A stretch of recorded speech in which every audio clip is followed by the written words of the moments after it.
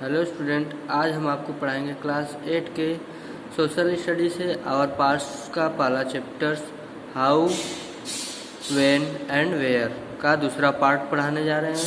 तो आइए देखते हैं। आगे दिया गया है how do we know. How do we know, हम किस तरह जानते हैं।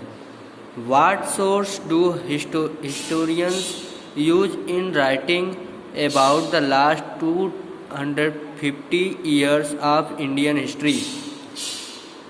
भारतीय संविधान भारतीय इतिहास के पिछले 2050 साल का इतिहास लिखने के लिए इतिहासकार कौन कौन से स्रोतों का इस्तेमाल करते हैं। मतलब पहले के 250 साल पहले के इंडियन भारतीय इतिहास को लिखने के लिए जो इतिहासकार थे क्या क्या प्रयोग किए थे, क्या क्या स्रोत लाए थे, उसको देखते हैं। एडमिनिस्ट्रेशन प्रोड्यूस रिकॉर्ड, प्रशासन अभिलेख तैयार करता है। क्या करता है? प्रशासन अभिलेख तैयार करते हैं। One important source is the official record of the British administrations. The British believe that the act of writing was important. Every instruction, plan, policy, decision, agreement, investigations had to be clearly written up. Once this was done, things could be properly studied and adopted. This convention produced an administrative culture of memos, noting and reports. दिया है अंग्रेजी शासन द्वारा तैयार किए गए। अंग्रेजी शासन द्वारा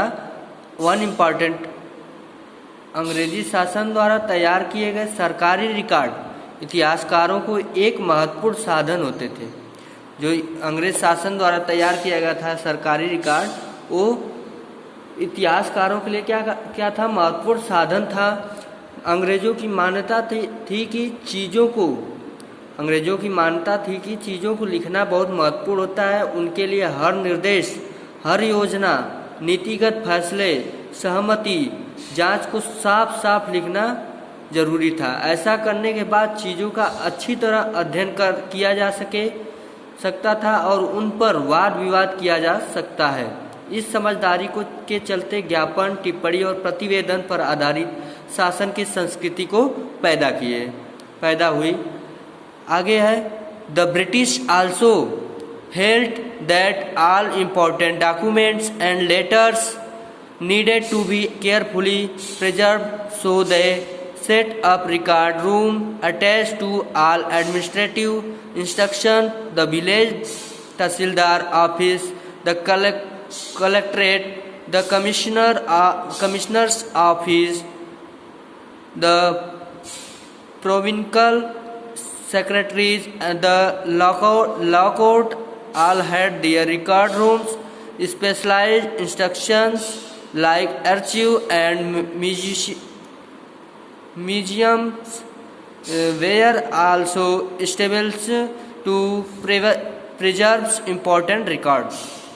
दिया है अंग्रेजों को यह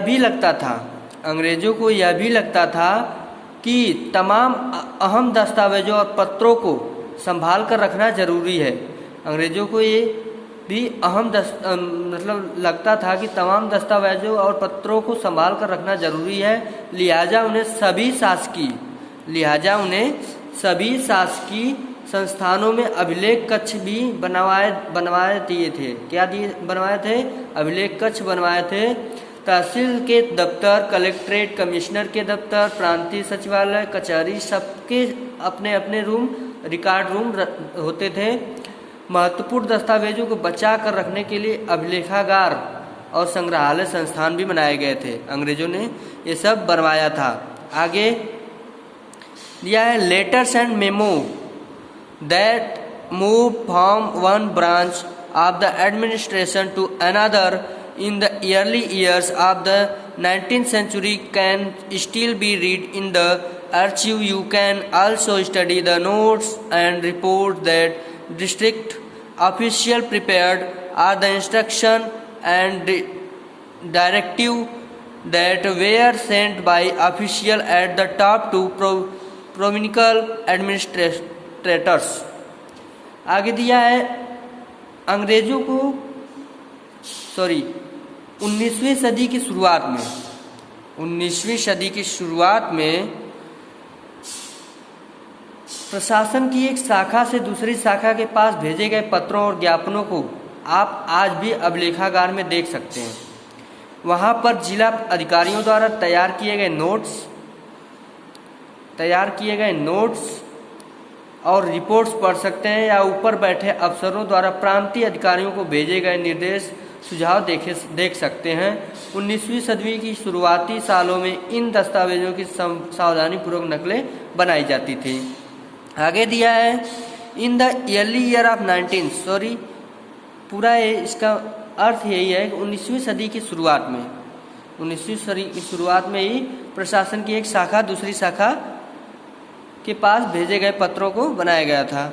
आगे देखते हैं, दिया है when New Delhi was built national museum and the national archive where both located close to be Vikragals place. This location reflect important these instruction had to in the British immigrations।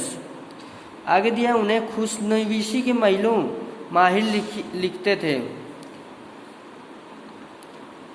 खुशनवीसी सुलेखनवीस ऐसे लोग होते थे जो बहुत ही सुंदर ढंग से चीज़ों को 19वीं सदी के मध्य तक लिखे थे। जब नई दिल्ली